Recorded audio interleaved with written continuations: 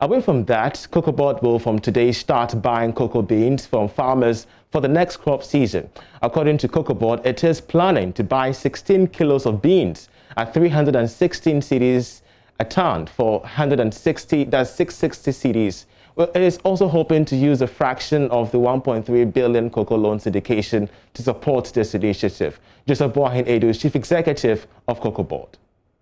The first tranche is coming, I think, latest by the 10th of October. It could be earlier than that. You know, the 1.3 can move us up to some stage because we are aiming at producing 900,000 metric tons.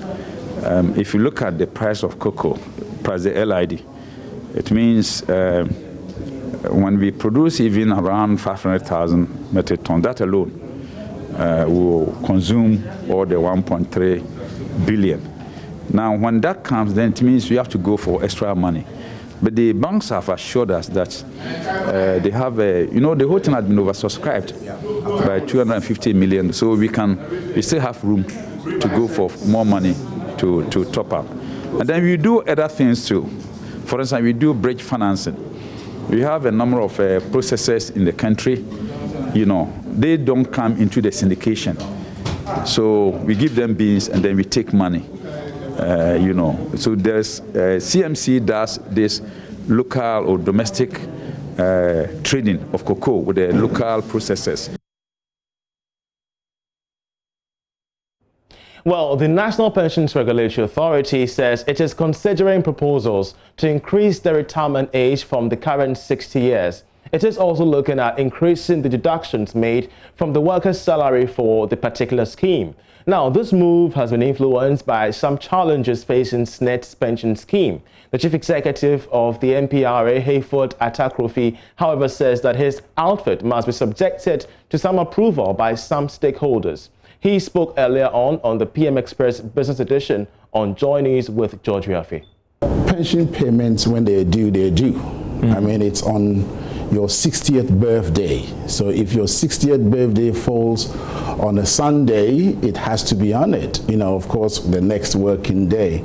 So COVID or no COVID, when the person reaches their retirement age, they will have to be paid, So in terms of that, we have done as much as possible to meet the deadlines. Of course, we all know that with remote working environments, things would not have gone on the way naturally it would have been, let's say, if you retired in 2019 or 2018. So there have been a few delays, but under no circumstance will a worker who has worked for all his entire life be made to suffer simply because of COVID. So payments are being made, albeit with a few delays here and there, but what needs to be done is being done. Yeah. See, the thing about pensions is that it's small contributions that are made, that are invested, and then they give you returns. So that had been done. So nobody's benefit has been reduced as a result of that. Of course, there are some people in the public sector who, because of data issue, haven't been paid fully. But these are legacy issues which have been from the past, which we are trying to resolve. So those issues are there. But in terms of what you are legitimately entitled to by way of benefit, you have to receive it, and they are receiving it. Of course, we do have some petitions coming in. Either maybe there are gaps in my contribution or what I was expecting, I didn't get that, and those cases are individually investigated and dealt with. When you take your car for an MOT, or you as a person, you go to a hospital to have yourself checked medically to see whether you're doing fine. The SNIT scheme from time to time is actually checked to see whether the scheme is doing well. The last time it was checked was in 2014, and the actuaries gave us some advice as a country which we needed to follow. Part of it was that the contribution may not necessarily be enough So we may need to look at increasing the contribution. They also saw that SSNIT was paying out benefits sometimes from their own, from their investments. Because the thing about the defined benefit scheme is that you as a young man, you contribute, and then the old man who is leaving takes the benefit of your contribution. So it's a pay-as-you-go system. So if new people are not coming in, it becomes difficult in the growth of the fund. And we all know as a country, it got to a point, if you look at the statistics, the contribution was less than the payout. So there was a bit of a difficulty for SSNIT. Interesting issue here that I want some clarification. I mean, from a layman's perspective, so does it mean that people were not growing, were not retiring, or people were not contributing to the scheme? People were retiring. Retirement, as for... it was due. Yes. So then what but people coming in, there were less people being hired in the public sector. Over a period of time, there were less people being hired.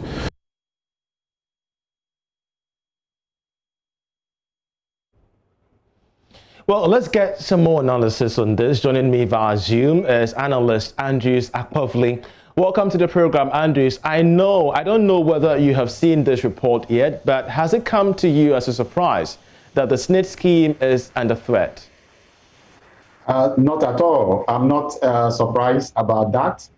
Because it's part of some of the long-held view in some of the studies that have been done very recently, that over time, the SSNIT pension scheme has not been sustainable.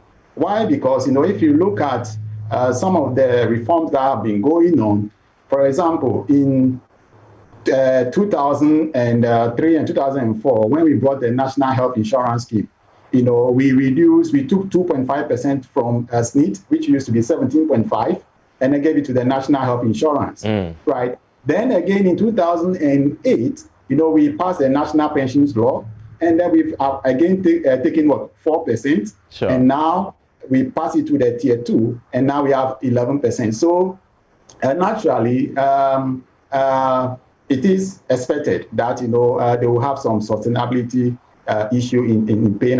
And when it's a period of such distress, normally what would have happened is that the fund would have probably reduced benefit, but you can hear what the CEO said, they have not reduced the benefit, or they might have probably cut off their staff, reduce their overheads. And then sometimes someone will say, look at their investment. But, looking at what is happening in Ghana now, you can see that for the past 2 years, Ghana Stock Exchange has not, every year has been closing, for example, in negative.